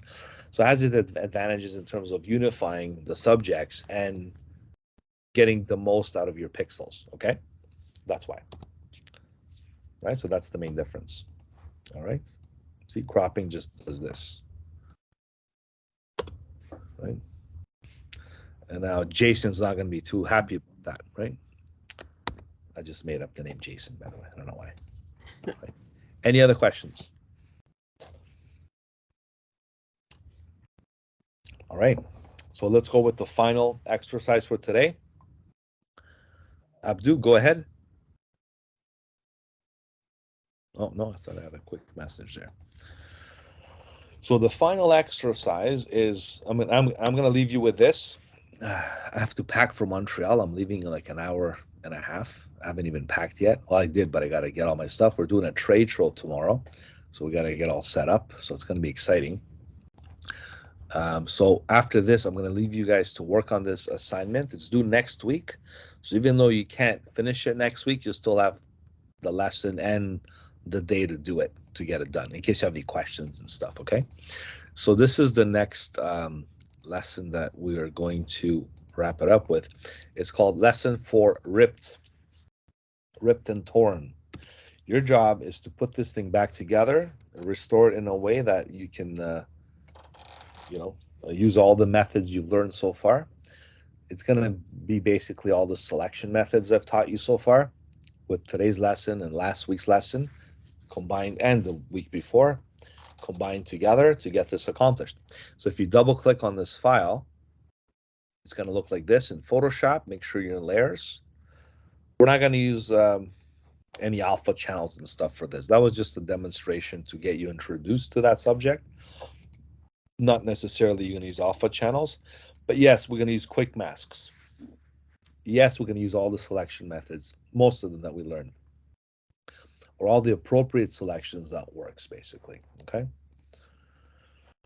So let me just quickly go back here for a second. Bouncing around programs here. Okay.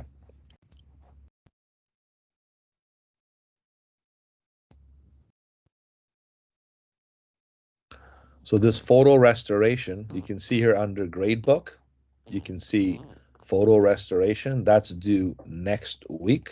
Okay. If you click on that, go to content and settings, or just click on the actual thing.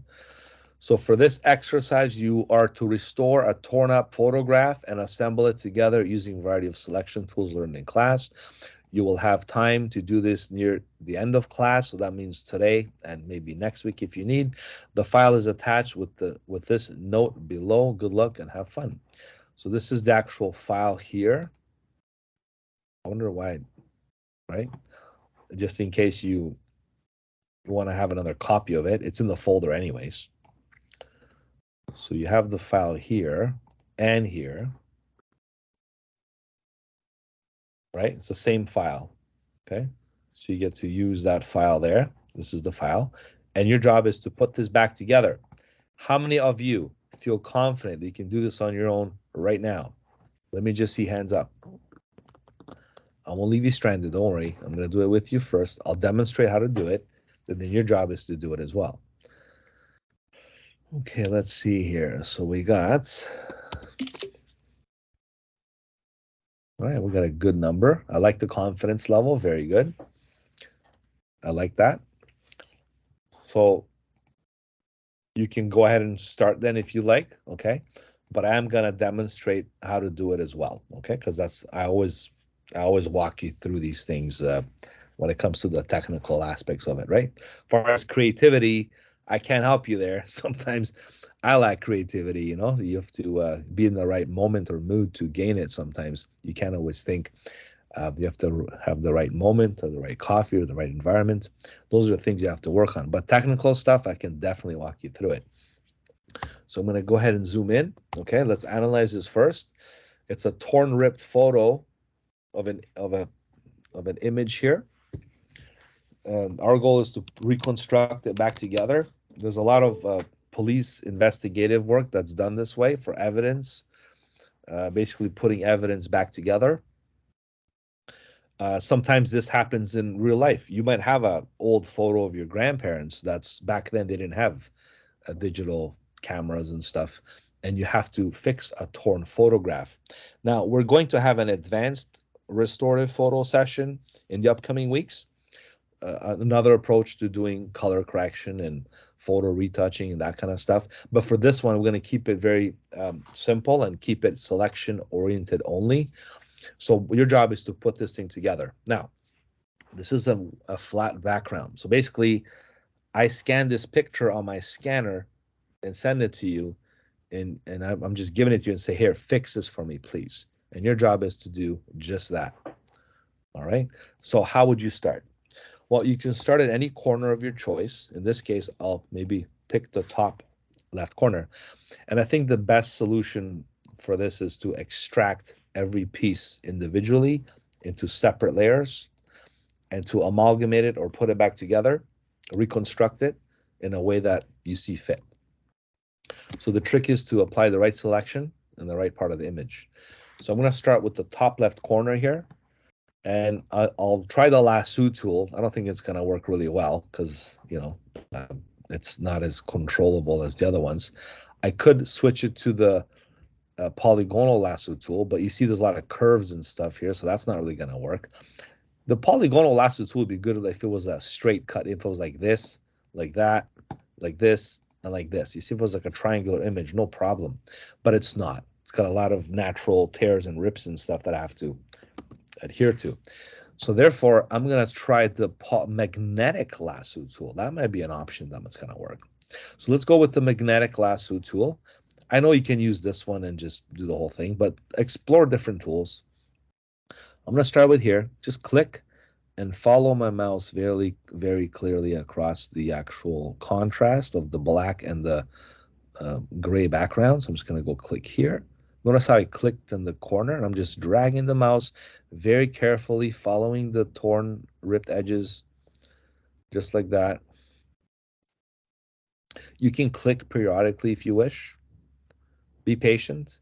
If this tool goes haywire on you, just press escape and redo it. If it doesn't, just keep going and keep clicking. Keep going, all the way here, all the way there, right where you started. As soon as you connect where you started, you'll see the selections show up. Now, to really fix it, to perfect it, you press Q, quick mask mode. Notice how it's the opposite. Everything else is red but the target. That's fine because we don't have to inverse the selection all the time. What you can do, however, is go to the brush tool, make the brush a little smaller, and you can either add, I'll press X, add or subtract from the selection. So let's say I missed a piece right here, for example, right? If I do that, you can press X, and you can fix every little pixel that you have to. I'm going to do a pretty decent job. I'm not going to do a perfect. Look, see this part here too I missed? I'm going to go and get this as well. Remember, if you shift click, you do a straight line. So all the tools you've learned so far in techniques, you can apply it for this exercise. So now that you're done, you can press Q again, and I'm going to copy and paste this to a separate layer by pressing Command J. And if you hide the background layer, you can see that this piece is done. I'm just going to go to the Move tool and move it around to reconstruct it here. So I'm going to go back to the original, hide this piece. We'll call this one top left corner, or just top left. Okay, how about that? Just keep it simple. Top Milo, left. just a question. Yeah. How do you toggle your brush to go bigger or smaller? So beside the letter P, there's this 2 square brackets. If you hit one of them or the other, that's how you do it. Make sure caps lock is off, Christine, okay? Because if caps lock is on, you won't be able to do that. Good question. Okay, back to the background layer I go. Here's the other piece. This time I'm going to use the quick selection tool. This is another one of my favorites. So for this one, I'm just going to go click and drag, right? Maybe click on the edges here and drag. Click over here. There's a part here I missed. And then press Q. Not bad. If I have to zoom in and investigate it quickly, I could fix a few spots. Going back to the brush tool, I can go ahead and maybe fix this little piece here if I have to, or press X and do back and forth, whatever you think you have to do that's necessary. See, I'm using quick mask mode in conjunction with my selection modes. Very nice combo. You press Q again. There's your selection. Make sure you're in the correct background layer like we did last week. Remember with the melon, that was a very good exercise to prime us for this one, because you can be in the proper layer, make a conscious decision, use the right selection tool. And now today we learn how to quick mask along with the selection tools together and merge documents and do all these other things. So now that I have a selection made, Command J or copy and paste, and this will be called top right corner, right? And I'm just going to go to the move tool and move it up here just to kind of know that it's separated, to acknowledge that. So I'm just going to move it here and just hide it, because at the end of the day, if I hide the main photo and just show these two, I can then start putting them together. And of course, I'll get into the transform bit to show you how it's done. I'm going to do one more. I don't want to do the whole thing. I want you to do it, but I'm walking you through the steps so this way you can do it yourself. So I'm going to do one more. I'm going to hide these two, go back to the background layer, and I'm going to maybe target this one here. So again, you can use the quick selection tool. You can use the magnetic tool. Those are the two I would recommend. If you want to really dive into the object selection tool, I don't see why not, because it works. I mean, why not, right? Just hold the mouse there, wait for like 2 seconds, sip your coffee for a bit. It's weird. Sip your coffee for a bit. Yeah, maybe I didn't take a sip, that's why. Let's click. Weird. I guess it doesn't understand it. It knows the skateboard part, but not this part. A little disappointed because I thought I can. Let's try this piece.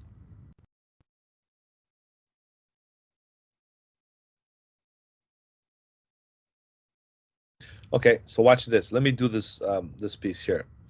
The way this tool works is, I guess it needs a little help. You have to kind of go and make a selection like this, surround the selection all the way, and let go.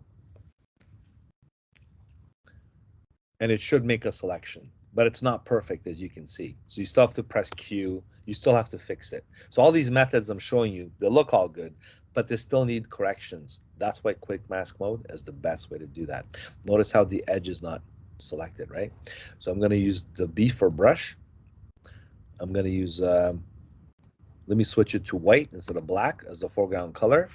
And I'm going to do this. Watch this. I'm going to hold Shift, click, and click like the spokes on the bike to get a nice straight line. Shift, click to get the geometrical straight lines. And of course, I can see here maybe a few more pixels that were missed, right?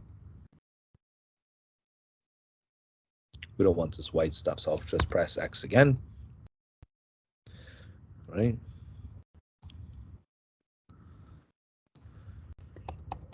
Okay. Now it's time to execute. So I'm going to press Q. That means I'm in selection mode. Copy and paste or Command J. Hide the background layer. So basically you do this for all the other, look, I got 2 more to go basically, and I'm done, right? So let me just do the other 2 quickly since I'm on a roll here. No, I'll leave it for you actually. Here, let's do it this way. Then I'm showing you everything. I want you to figure out the other two. It's the same steps as these three. So let's show all three. Make sure you're in the move tool. You can move every one of them in the right position. The next thing you have to know, and again, we did this last week, is the transform tool. The shortcut for that was Command or Control T. So as soon as you go to edit and you do free transform, you can then grab each piece and just rotate it to straighten it out in the right corresponding position. I'm just gonna kind of eyeball it and leave it like this. Press enter, move it down here, grab this piece, press Command or Control T, rotate it slightly that way, press enter, move it in position. Now watch this. I'll use my direction key on the keyboard. Left, left, left, left, right, right, down, down. Very, very intricate, right? Right there. Okay. And maybe I'll click on this piece and move it down a bit. Maybe I'll have to rotate it slightly as well. Okay, like that. Press enter. See how it's getting to the right position. Now I'm going to select this top piece. Look, I'm going to align this corner to this corner here. Okay. I'll teach you another way to rotate. When you press Command T, right? It just does free transform, right? But if you do edit, transform, and you do like rotate, let's just do rotate instead of, because we're not scaling, we're just rotating. So you could technically use rotate. So if you do rotate, the way rotate works is you can actually go ahead and what's the position here?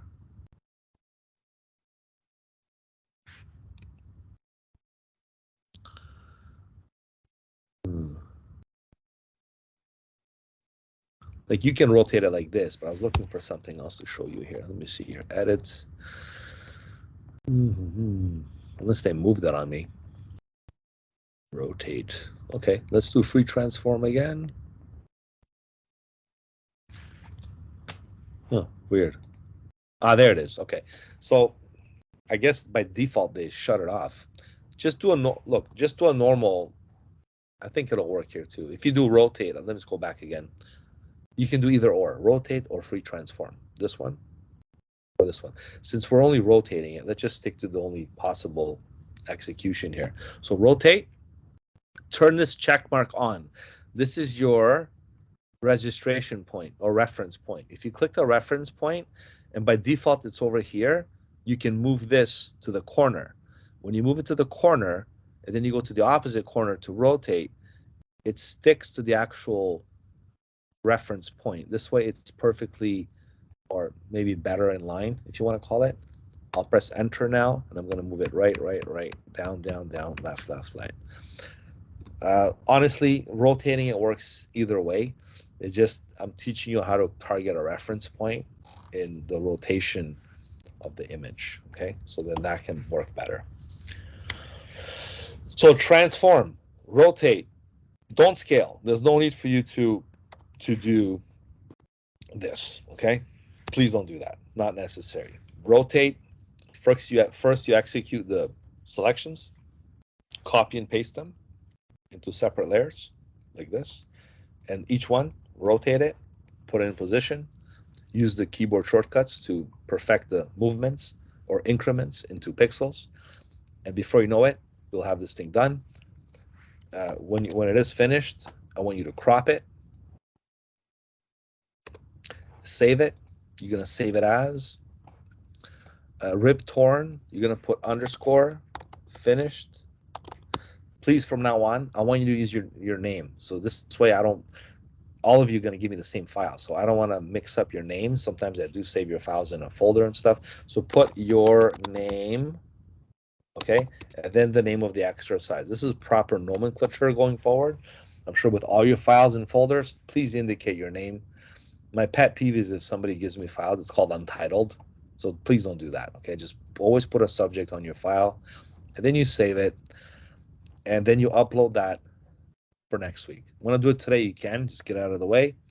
But next week, I'll talk to you about the other projects that I have coming up for you. and the collaborative assignment. I'll talk to Roberto to see where he's at with that, and then I'm sure all the teachers will talk about it and give you individual expectations for that, because I believe you're going to do a little bit of Illustrator, a little bit of Photoshop, and a little bit of InDesign for this collaborative project. And for the next one, the second one, I think will be like web, Photoshop, and InDesign. So that's what's going to happen. All right, so I'm going to stop now. This is it for the lesson. I'm going to stop the recording. Thank you for watching, and I'm going to answer some questions before I leave. So I'll see you guys in the next video. Bye for now.